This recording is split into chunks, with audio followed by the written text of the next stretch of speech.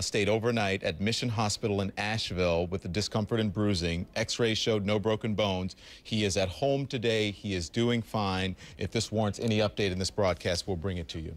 In the meantime, we're focusing on the economy here and also on the campaign trail in the CNN newsroom. They're working overtime in Washington this weekend, trying to get a handle on the financial crisis that has swept from Wall Street to markets around the world. It is a global crisis. Finance ministers from the world's economic powerhouses, the G7, the group of seven, they are meeting in D.C. this weekend right now. President Bush met with the leaders early this morning, and afterward he tried to reassure everyone that the countries will work together to ease the current crisis.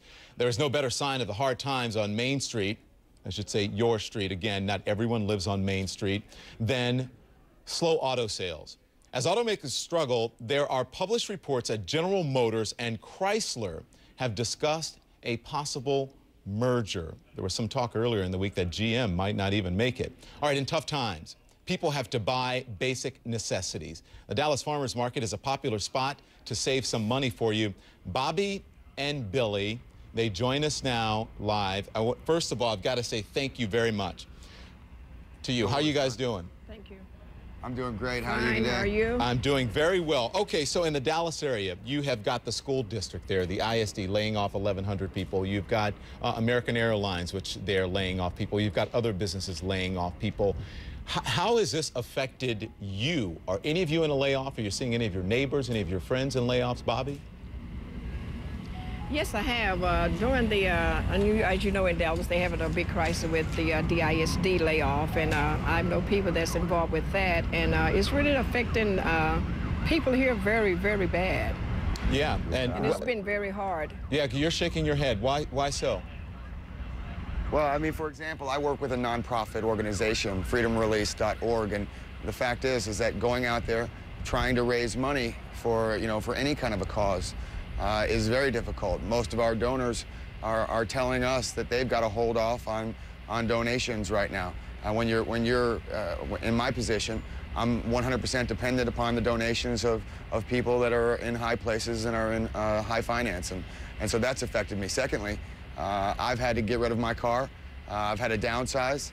I live and work in the downtown Dallas area, so I've actually gone 100% electric, gotten myself an electric scooter because I couldn't afford the $800 a month that I was paying for my car. So I've had to downsize that way. So, Billy, you're telling me everyone is affected. And I've got to ask you, Billy or Bobby, any one of you jump in here. When you see, the big guys in Washington, you see the president and Paulson and all of these G7, G8 people, the IMF, all of these folks, do you feel that this is affecting you, that they're doing what you need to be done to help your wallet? Well, they should have been there earlier. They should have been there earlier. I see President Bush talking, almost like he's sleepwalking in his first speech. I didn't see him being angry. I don't see the presidential candidates being angry enough.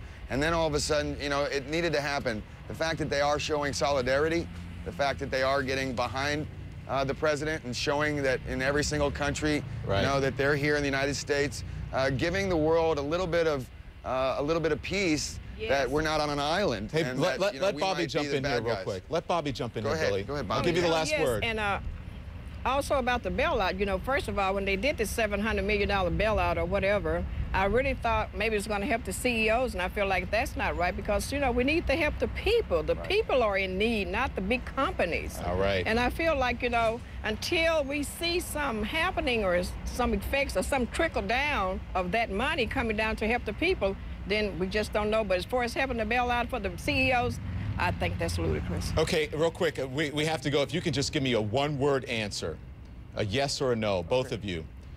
Do you think the candidates, for the most part, are talking about things that are important to you? Is it a lot of distraction going on?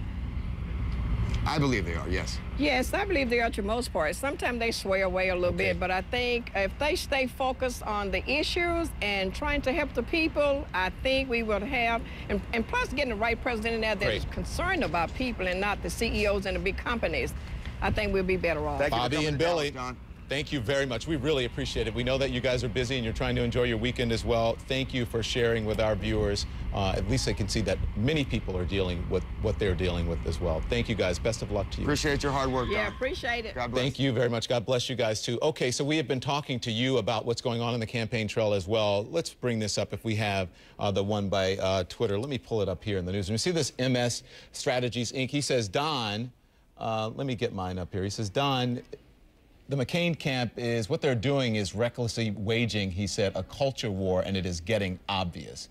And there's also other ones talking about this, that it is distraction as well, talking about that. It is rhetoric because they're afraid of Barack Obama. And also on the other side, there are a few that talk about Barack Obama as well. It is ridiculous for him to try to link John McCain to Keating as well. Okay, so we told you earlier about what Congressman John Lewis said. He talked about Alabama and George Wallace. Here's what John McCain is saying. John McCain has a response to that now. It just came into CNN. He says, I am saddened that John Lewis, a man I've always admired, would make such a brazen and baseless attack on my character and the character of the thousands of hardworking Americans who come to our events to cheer for the kind of reform that will put America on